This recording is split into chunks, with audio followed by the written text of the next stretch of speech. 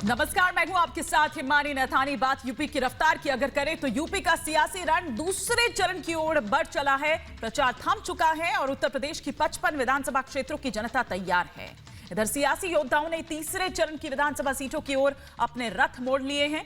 प्रधानमंत्री मोदी और मुख्यमंत्री योगी ने जमकर विरोधियों पर प्रहार किया। पीएम मोदी बोले कि आएंगे तो योगी ही।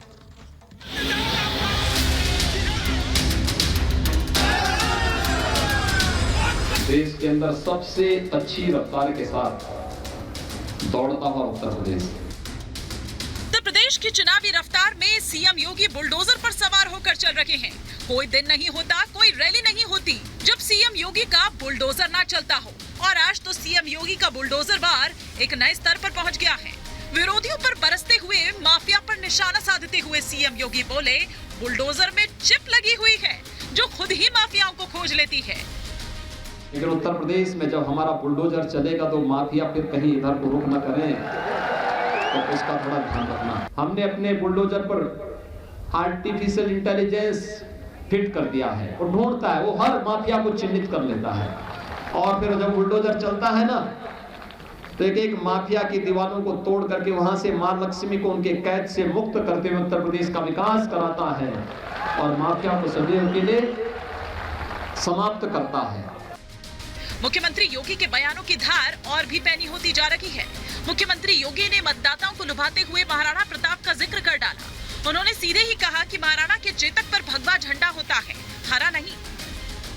राणा का समर्थन हमें नहीं मिलेगा, राष्ट्र धर्म के साथ नहीं होगा तो कहां होगा?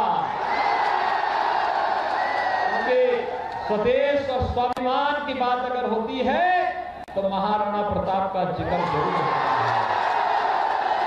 भाइयों बहनों, कभी भी महाराणा प्रताप के चेतक पर हमेशा भगवा झंडा होता है, हरा झंडा नहीं होता है। कौन सा झंडा होता है? भगवा ही रहेगा। एक तरफ मुख्यमंत्री योगी विरोधियों पर बरस रहे हैं तो दूसरी ओर पीएम मोदी भी कमान संभाल चुके हैं और कन्नौज में उन्होंने सोशल मीडिया पर छाया एक नारा सुना दिया और बोले, आएंगे तो योगी ही। यूपी में लड़ाई इस बात की नहीं है कि किसकी सरकार बनेगी या किसकी सरकार नहीं बनेगी। पूरा यूपी जानता है, पूरा देश जानता है कि आएगी तो भाजपा ही, आएंगे तो योगी ही। योगी जी आज फ्रंट फुट पर जो मोर्चा संभाले हैं तो उसके पीछे भी आपके एक एक वोट की ताकत है, आपके समर्थन की ताकत है। हमें मिलकर इस ताकत को और बढ़ाना है। प्रधानमंत्री मोदी ने एक बार फिर कानून व्यवस्था को मुद्दा बनाया और मुख्यमंत्री योगी की जमकर तारीफ की।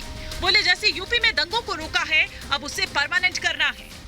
यूपी के लोग माफियावादियों, दंगावादियों के खिलाफ एकजुट होकर वोट कर रहे हैं। ये एकजुटता दंगावाद से मुक्ति के पक्ष में है। ये एकजुटता कानून व्यवस्था के पक्ष में है। ये एकजुटता महिलाओं की सुरक्षा, सम्मान और समृद्धि के पक्ष में है। कन्नौज में पीएम मोदी बोले कि अब लोग समझ चुके हैं कि गुंडे बदमाशों की दवा सिर्फ बीजेपी के ही पास है। साथियों, विकास के लिए, रोजगार के लिए, निवेश के लिए शांति का माहौल सबसे पहली शर्त है। इसलिए उत्तर प्रदेश आज कानून के राज को सबसे बड़ी प्राथमिकता दे रहा है। यूपी का सामान्य से सामान्य मतदाता भी समझ रहा है कि दंगाइयों और गुंडे बदमाशों के इलाज की दवा सिर्फ और सिर्फ भाजपा के सरकार के ही पास है। माफिया पर बरसते हुए पीएम मोदी ने विकास का भी जिक्र किया और कहा कि पहले जिलों की पहचान माफिया से थी, अब उत्पादों से है।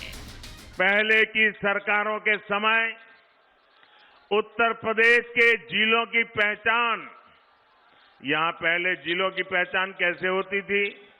फलाना जिला फलाना माफिया, वो जिला वो माफिया, उधर वाला जिला वो बदमाश।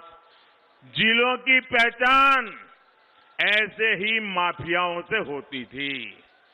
5 वर्ष के भीतर भीतर अब योगी जी की सरकार के समय यूपी के जिलों की पहचान वहां के उत्पादों से हो रही है।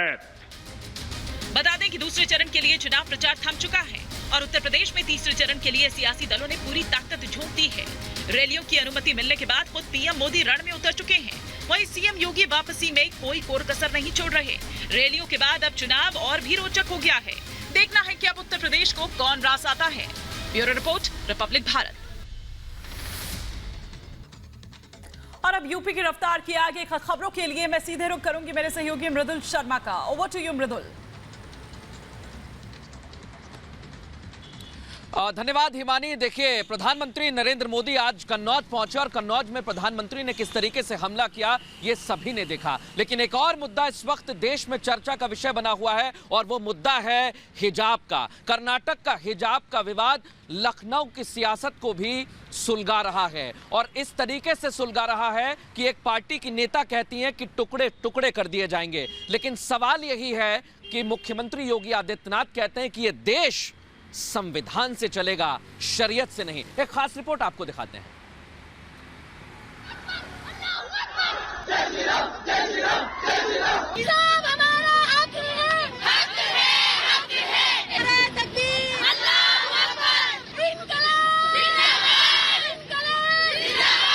महिलाओं के आंचल पर या उनके हिजाब पर हाथ डालने का दुस्साहस करोगे तो हम झांसी की रानी और रजिया सुल्तान बनकर तुम्हारे हाथ काट डालेंगे। देश की व्यवस्था संविधान से चलेगी, शरीयत से नहीं।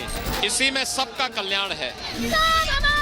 पर्दे की पटकथा का पर्दा धीरे धीरे हटने लगा है। हिंसक सोच से बादल छटने लगा है और कैद होने की आजादी अब हिंसक मुनादी में बदलने लगी है। कर्नाटक में शुरू हुआ नाटक अब पूरे देश में प्रसारित हो रहा है।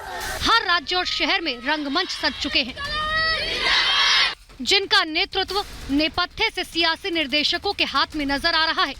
शुरुआत एक कॉलेज से हुई, लेकिन संक्रमण इतनी तेजी से फैला कि यूपी में सबको अपनी चपेट में ले लिया और हिजाब का विरोध करने वालों का हाथ काटने का ऐलान सपा नेता ने कर दिया। महिलाओं को कमजोर समझने की भूल न करें। अरे सरकार चाहे जिस पार्टी की भी हो, लेकिन महिलाओं के आंचल पर या उनके हिजाब पर हाथ डालने का दुस्साहस करोगे तो हम झांसी की रानी और रजिया सुल्तान बनकर तुम्हारे हाथ काट डालेंगे। हिजाब का रिवाज भले इस्लामिक हो, लेकिन हाथ काटने की मुनादी जरूर तालिबानी थी, नियत जरूर शरीयत वाली थी। लेकिन इस हिंसक नियत और मंसूबे रखने वालों को कड़ा संदेश सीएम योगी ने पहले ही दे दिया और कड़े शब्दों में रिपब्लिक से बात करते हुए कह दिया कि देश संविधान से चलेगा, शरीयत से नहीं। देखिए, देश की व्यवस्था संविधान से चलेगी, शरीयत से नहीं। इसी में सबका कल्याण है। हर जाति, हर मत, हर मजहब का कल्याण है। हम अनावश्यक रूप से ये प्रयास न करें। व्यक्ति, देश का संविधान हर व्यक्ति को हर प्रकार का अधिकार भी देता है, तो कर्तव्यों के प्रति भी आगाह भी करता है। जगह जगह हिजाब का समर्थन में माहौल बनाया जाने लगा तो विरोध में भी प्रदर्शन शुरू हो गया। जम्मू में हिजाब चाहिए या किताब चाहिए के नारे के साथ प्रदर्शन हुआ। बीजेपी सांसद जगदम्बिका पाल ने सपा नेता के हाथ काटने वाले बयान पर कड़ी प्रतिक्रिया दी और कहा, सपा काटने की बात करती है और बीजेपी जोड़ने की। उनकी पार्टी के रुबीना खातून साहिबा अगर ये कह रहे हैं कि हिजाब की बात कोई करेगा तो हाथ काट लिए जाएंगे, तो अब इससे बड़ा कोई हिंसा का क्या हो सकता है कि उकसाने का। एक बार फिर केंद्रीय मंत्री गिरिराज सिंह ने शरिया की सोच पर निशाना साधा और कहा कि ये इस्लामिक स्टेट बनाना चाहते हैं। जब भी चुनाव आता है ऐसा माहौल बनाते हैं कि हम नमाज पढ़ेंगे, कोई कहेगा कि हम हवन करेंगे, कोई कहेगा हम दिगंबर होके जाएंगे। ये माहौल को खराब करने का काम, और इसके पीछे है कट्टरपंथियों। एक बार इन लोगों ने कहा था कि हर जिले में एक शरिया का कानून का कोर्ट हो। आज प्रत्यक्ष और अप्रत्यक्ष जैसे जैसे आबादी बढ़ती जा रही है, जब जब चुनाव आता है तब तब ये ऐसा माहौल क्रिएट करते हैं। बीजेपी प्रवक्ता शहजाद पुनेवाला ने कहा कि ये तालिबानी तरीकों से वोट बैंक को उकसाने की कोशिश कर रहे हैं। तो राकेश त्रिपाठी ने कहा कि मारना, काटना और डराना ही सपा का मूल चरित्र है। चुनावों से पहले वोट बैंक को यूनिफॉर्म के नाम पर मिस इन्फॉर्म करके भड़काना, आग लगाना, दंगे करवाना और वोट कमाना, इस प्रकार से राजनीति की जा रही है। मारना, काटना, डराना, धमकाना समाजवादी पार्टी का यही मूल चरित्र है। उधर सपा नेता ने हाथ काटने की धमकी दी तो उधर सियासतदान तर्क के पैने तीर ले आए और हिजाब के साथ घूंघट को पलड़े में रख दिया। जहां असदुद्दीन ओवैसी ने घूंघट की ओट में वोट का जिक्र किया तो उनके मालेगांव विधायक ने भी घूंघट पर सवाल उठा दिए। घूंघट पहन के वोट डाल रही थी महिलाएं, उसको क्या बोलेंगे आप? भारत एक वाहिद मुल्क है सारे विश्व में जिसमें मल्टी कल्चरल, मल्टी रिलीजियस लोग रहते हैं। इसी बीच एक बार फिर यूनिफॉर्म सिविल कोड की बात जोरों शोरों से उठने लगी। एक दिन पहले केंद्रीय मंत्री गिरिराज सिंह ने एक देश एक कानून की बात कही तो अब उत्तराखंड के मुख्यमंत्री पुष्कर सिंह धामी ने चुनाव के बाद समान नागरिक संहिता लागू करने की बात कही। उत्तराखंड हमारा दो विदेशी सीमाओं से लगा हुआ प्रदेश है। इस प्रदेश के अंदर हम यूनिफॉर्म सिविल कोड यहाँ पर लागू करेंगे भाइयों बहनों।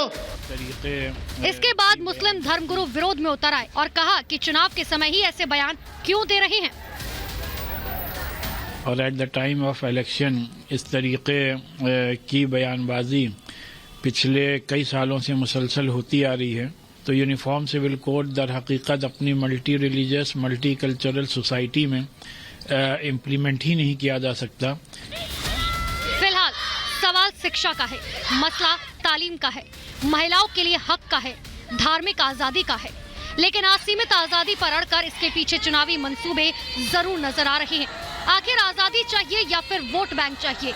ये नीयत शरीयत की है या मांग मनवाने की या फिर चुनावी माहौल में भड़काने की? Bureau report, Republic Bharat. तो ये तस्वीर आपने देखी है। हिजाब पर किस तरीके से सियासतदान बयानबाजी कर रहे हैं ये भी हमने आपको सुनाया। किस तरीके से इसको राजनीतिक रंग दिया जा रहा है ये भी हमने आपको बताया। अब आपको बताते हैं AIMIM के प्रमुख असदुद्दीन ओवैसी इस पर क्या कहते हैं। असदुद्दीन ओवैसी इस मसले पर मुखर नजर आ रहे हैं। रिपब्लिक भारत से उन्होंने खास बातचीत की और क्या कुछ कहा है आपको सुनवाते हैं। हिजाब पे एक सवाल है। हिजाब पे योगी ने कहा है कि भारत संविधान से चलेगा न कि कुरान से। उनको नहीं मालूम। भारत के संविधान में आर्टिकल 29 पढ़े, आर्टिकल 15 पढ़े, आर्टिकल 19 पढ़े, आर्टिकल 21 पढ़े। भारत का कोई मजहब नहीं है। भारत इन तमाम मजहबी किताबों को मानता है, चाहे कुरान हो, गुरु ग्रंथ साहिब हो, महाभारत हो, गीता हो, इन सब को भारत मानता है। यही योगी नहीं समझ पा रहे हैं। उनको समझाने की जरूरत है, उनको ज्ञान देने की जरूरत है। कर्नाटक में एक स्कूल में बच्चों को नमाज पढ़ने की क्लासरूम में इजाजत दी गई। कहाँ पे? कर्नाटका में। उनके खिलाफ जांच चल रही है, इस पे आप क्या कहेंगे? एयरपोर्ट पे नहीं है प्रेयर हॉल की जगह। दिल्ली एयरपोर्ट पे नहीं देखा आपने? लखनऊ पे हम पढ़े नमाज। तो नमाज से तकलीफ क्या है? और एक बात सुनिए, ये दुनिया मेरे बेटियों के बाल क्यों देखना चाह रही है? बाल क्यों देखना चाह रहे हैं आप? और अगर हिजाब और निकाब पहनकर कॉलेज स्कूल में पढ़ती हैं, उससे किसी को तकलीफ क्या हो रही है? तकलीफ क्या हो रही है? आप क्यों मेरे बाल देखना चाह रहे? और राइट टू प्राइवेसी एक फंडामेंटल राइट है। वो पढ़ रही है ना, मोटरसाइकिल पर आती है कॉलेज को, तो पढ़ने का मौका दीजिए, इनको पनपने का मौका दीजिए, भारत को मजबूत करेंगे। शुक्रिया।